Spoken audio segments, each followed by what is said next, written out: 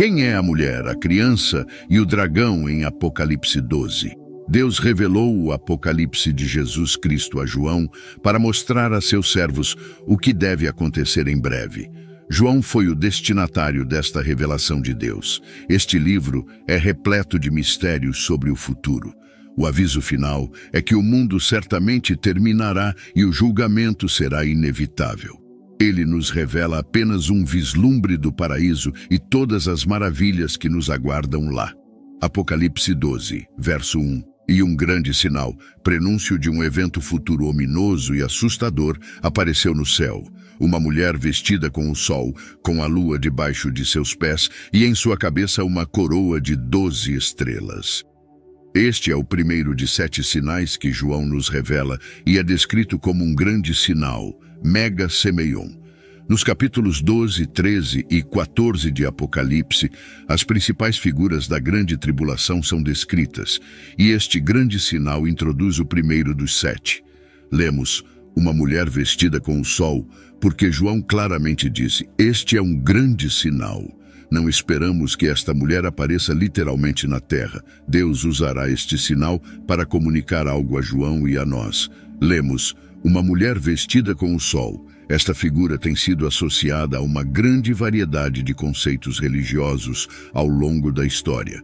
De acordo com o sonho de José, a mulher que estava vestida com o sol deve ser interpretada como representando Israel de uma perspectiva bíblica. No sonho, Jacó foi simbolizado pelo sol. Raquel, a mãe de José, foi representada pela lua e as 11 estrelas foram interpretadas como os filhos de Israel que se curvaram a José. José agora é incluído com as outras tribos de Israel nesta constelação composta por 12 estrelas. Gênesis 37, verso 9. Mas José sonhou ainda outro sonho e o contou a seus irmãos também. Ele disse, veja, eu sonhei novamente um sonho e desta vez vi 11 estrelas e o sol e a lua se curvando em respeito a mim. Em outras passagens do Antigo Testamento, Israel, Sião ou Jerusalém são frequentemente retratados como uma mulher. Oséias 2, verso 19 e 20. E eu te desposarei comigo para sempre. Sim, eu te desposarei comigo em retidão e em justiça, em benignidade e em lealdade e em compaixão. Eu te desposarei comigo em estabilidade e em fidelidade. Então conhecerás, reconhecerás, apreciarás o Senhor e responderás com fiel amor. A mulher dá à luz. Apocalipse 12, verso 2. Ela estava grávida e gritava de dor, sofrendo as dores de parto para dar à luz. Lemos estar grávida. Mais adiante no vídeo, revelaremos quem realmente é esta criança. Em seguida, aparece um terrível e poderoso dragão. Apocalipse 12, verso 3. Então outro sinal de aviso foi visto no céu. Eis um grande dragão vermelho fogo, Satanás, com 7 cabeças e 10 chifres. E em suas cabeças havia 7 coroas reais, diademas. Lemos, outro sinal apareceu no céu. Mais uma vez, somos lembrados de que a criatura mencionada no texto é um símbolo. Não era realmente um grande dragão vermelho fogo, mas sim uma representação da natureza e do caráter da pessoa. A descrição do dragão sugere simbolicamente seu poder feroz e sua terrível natureza. Uma imagem da plenitude do mal em toda a sua força horrenda. Em Apocalipse 12, o próximo sinal é um grande dragão vermelho com 7 cabeças e 10 chifres. As 7 cabeças são adornadas com 7 diademas, enquanto os chifres simbolizam poder e as coroas representam autoridade. A imagem das 7 cabeças e 10 chifres é destinada a transmitir um senso de imenso poder, autoridade, conhecimento e força, e é, portanto, bastante aterrorizante. É importante notar que o termo diademas, que é uma transliteração da palavra grega diadema, aparece apenas no livro de Apocalipse e não em nenhum outro livro do Novo Testamento. Além disso, é uma palavra distinta da coroa Stéphanos, mencionada no versículo 1. A diferença entre os dois termos é que a coroa simboliza uma vitória permanente, enquanto o diadema representa autoridade e poder de governo. Esta mulher é muito diferente das outras mulheres em Apocalipse. Vemos outras mulheres em Apocalipse, por exemplo, Jezabel. Jezabel é associada a um sistema religioso que promove falsos ensinamentos. Apocalipse 2, verso 20. Mas tenho isto contra ti, que toleras a mulher Jezabel, que se diz profetiza, sendo inspirada, e ela ensina e desencaminha meus servos a cometerem atos de imoralidade e a comerem alimentos sacrificados aos ídolos. Também conhecemos outra mulher, a grande meretriz associada à falsa religião, em Apocalipse 17, verso 2. Apocalipse 17, verso 2, Bíblia amplificada. Ela com quem os reis da terra cometeram atos de imoralidade, e os habitantes da terra se embriagaram com o vinho de sua imoralidade. Também conhecemos a noiva, associada à igreja. Lemos isso em Apocalipse 19, versos 7 ao 8. Alegremo-nos e exultemos de alegria. Demos a ele glória e honra, pois o casamento do Cordeiro finalmente chegou e sua noiva, os redimidos, preparou-se. Foi-lhe permitido vestir-se de linho fino, deslumbrante, branco e puro, pois o linho fino simboliza os atos justos dos santos, a conduta ética, integridade pessoal, coragem moral e caráter piedoso dos crentes. Agora vemos o dragão causando mais desastre. Apocalipse 12, verso 4.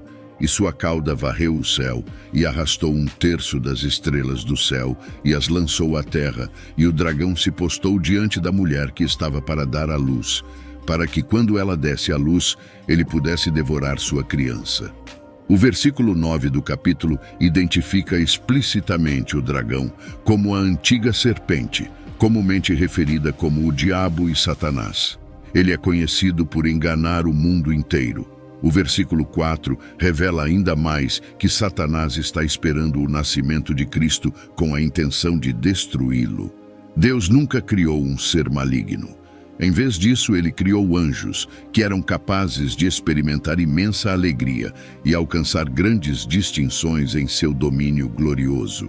No entanto, eles também receberam livre-arbítrio, o que era implícito na criação de seres morais.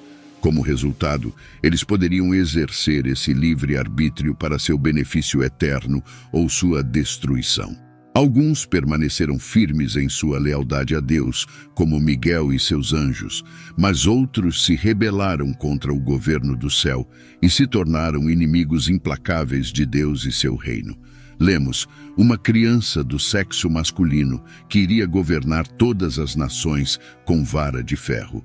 Isso se refere claramente a Jesus Cristo, o Messias, que governa o mundo com uma vara de ferro. Apocalipse 19, verso 15. Da sua boca sai uma espada afiada, a sua palavra, com a qual ele pode ferir as nações, e ele as governará com uma vara de ferro, e ele pisará o lagar da fúria do Todo-Poderoso Deus em julgamento do mundo rebelde. O esforço para devorar sua criança foi inicialmente cumprido pela tentativa de Herodes de matar Jesus quando criança. Também foi cumprido durante toda a vida de Jesus, quando Satanás o atacou. Mateus 2, versos 16 ao 18. Então Herodes, ao perceber que fora enganado pelos magos, ficou extremamente irado e enviou soldados e matou todos os meninos em Belém e em toda aquela região que tinham 2 anos ou menos, de acordo com a data que havia aprendido dos magos. Então se cumpriu o que foi dito pelo profeta Jeremias. Uma voz foi ouvida em Ramá, choro e grande lamentação. Raquel chorando por seus filhos. Ela recusou ser consolada porque eles não existiam mais. A criança. O ministério de Jesus é descrito pelo seu início e fim terrenos. Ela deu à luz um menino, que irá governar todas as nações com uma vara de ferro, e sua criança foi arrebatada para Deus e para o seu trono. É claro que a figura retratada no trecho é Jesus. Portanto, a mulher mencionada em Apocalipse 12, verso 1, não pode simbolizar a igreja, pois Jesus é quem dá origem à igreja, e não o contrário.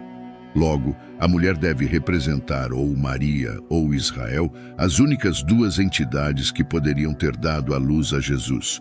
Uma análise mais profunda em Apocalipse 12 revela que essa mulher é de fato Israel e não Maria.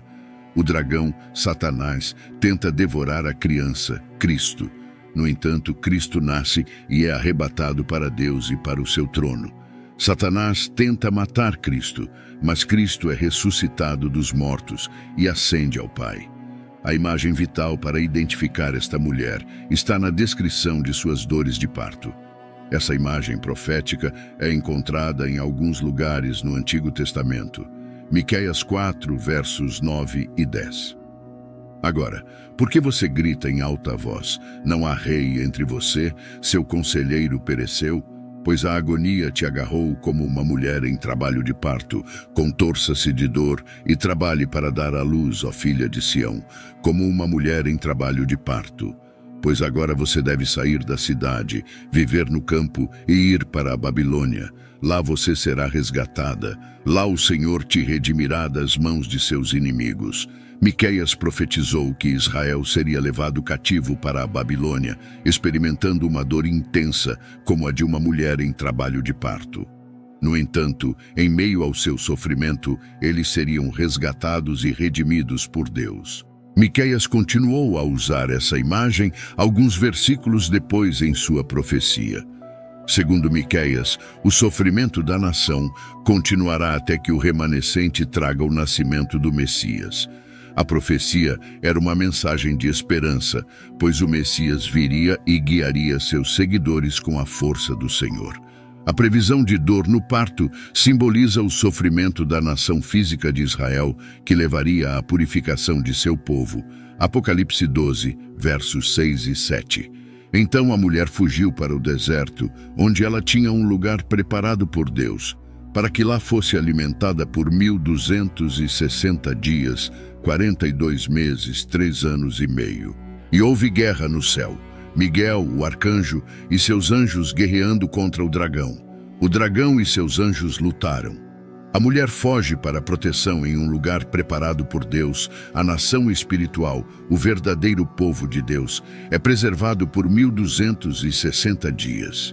Isso representa um período específico de tempo caracterizado por angústia, perseguição e tribulação. Apesar de estar sob ataque de Satanás, o povo de Deus está espiritualmente seguro. Comumente, se acredita que Satanás reside no inferno.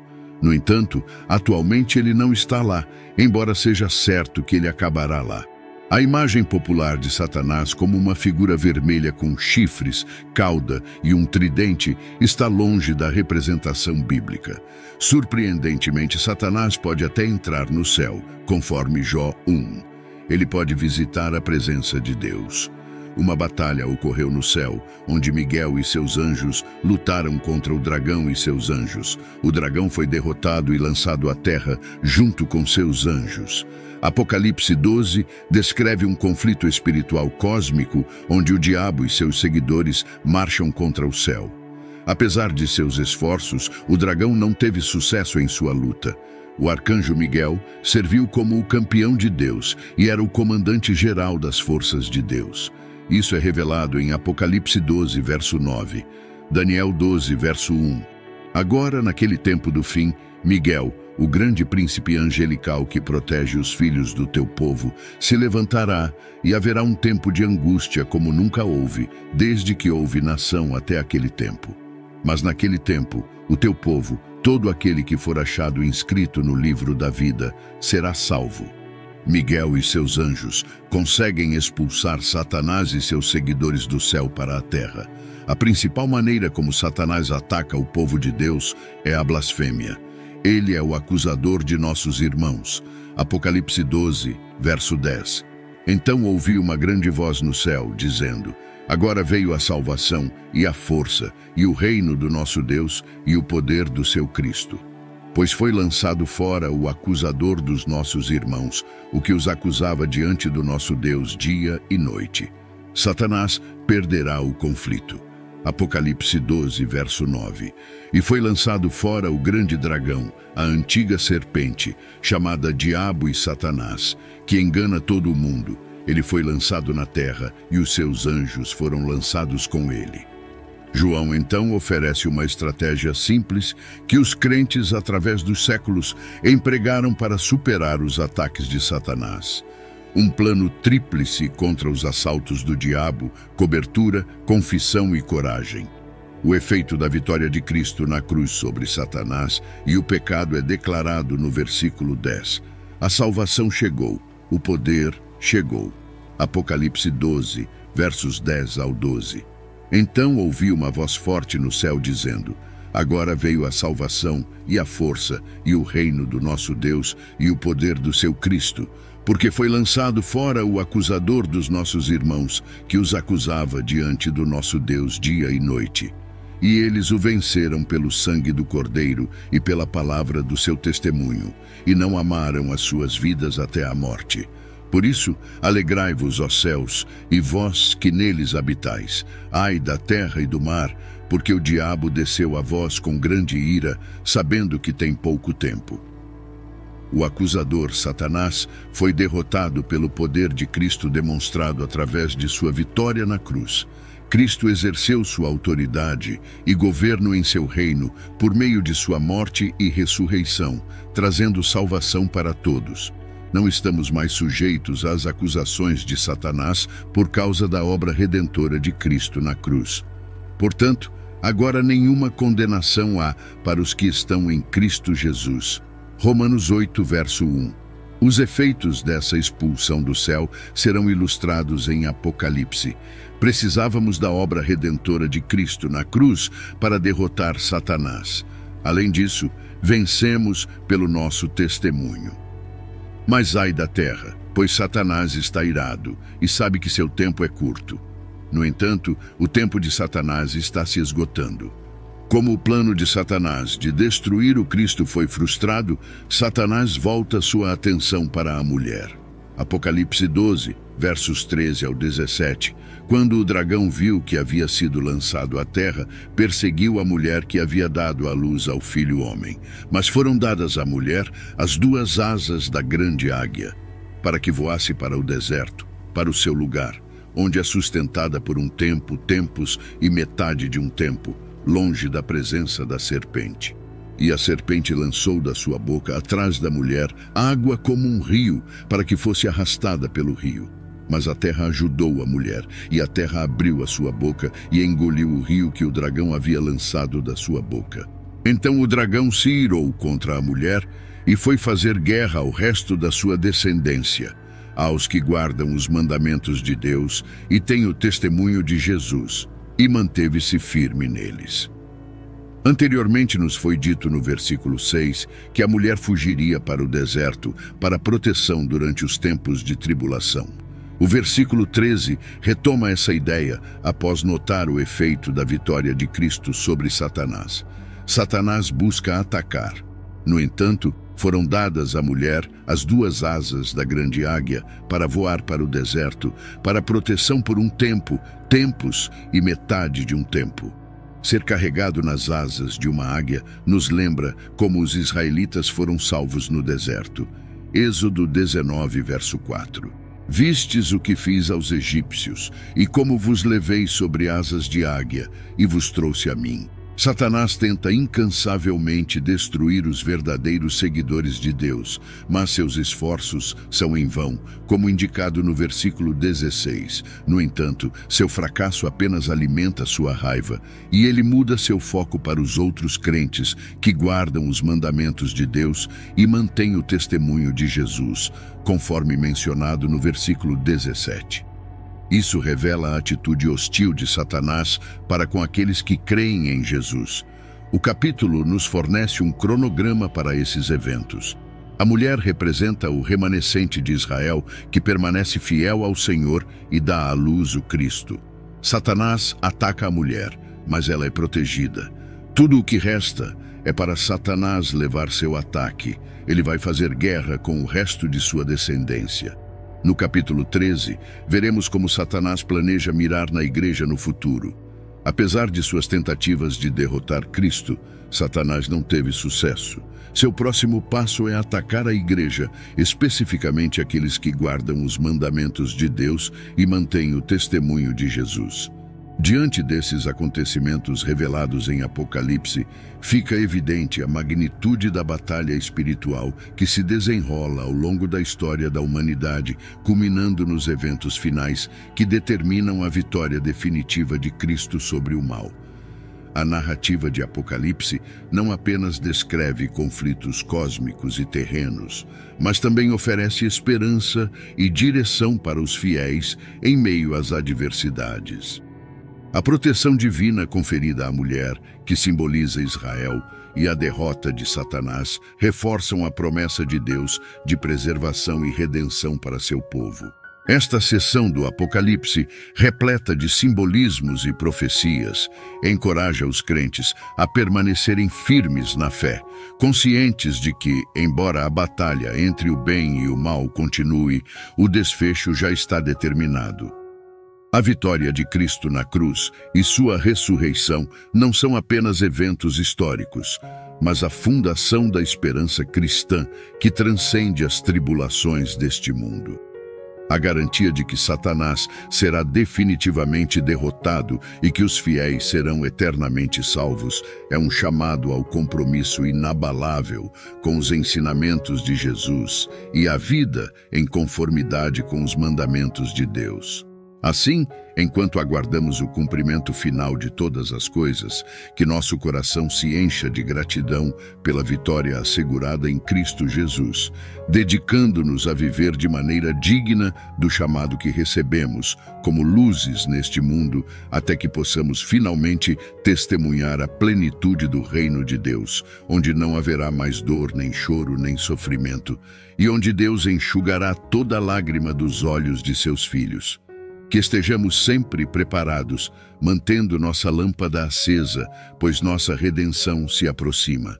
E hoje, se você está cansado de viver uma vida sem Cristo, quero lhe fazer um amoroso convite. Inicie uma nova vida apenas com uma pequena atitude, que pode transformar sua vida para todo o sempre. Comente aqui embaixo: eu te aceito, Senhor Jesus, como meu único e suficiente Senhor e Salvador da minha vida.